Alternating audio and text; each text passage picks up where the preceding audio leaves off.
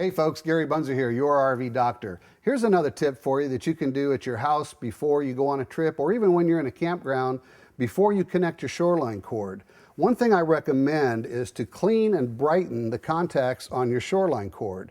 Now this one here happens to be a 30 amp cord, which has 3 prongs. You may have a 50 amp service, which would indeed then have 4 individual prongs on the cord. But one thing I recommend doing is take 4/0 or a fine grade steel wool and just simply brighten these contacts. All it takes, so you can see the difference already just in that one on the ground side there. See how much brighter that looks? And if you just take the time to brighten both sides of all these contacts on the shoreline cord, it removes that surface.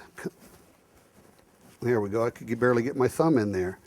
It removes that surface corrosiveness that can impede the electric flow of the current. So now that makes it nice, bright and shiny, as you can see. Now I've used the 4/0 steel wool, but you could also use fine grade sandpaper or an emery cloth or anything that's not real coarse to be able to make those contacts nice and bright and shiny there. Now I go one step further. I also recommend using a preserver or a cleaner, contact cleaner. This one happens to be deoxit. Basically, you just brush it on. Once you get the contacts nice and clean and shiny like that, just dab it on. I've got my little dauber here.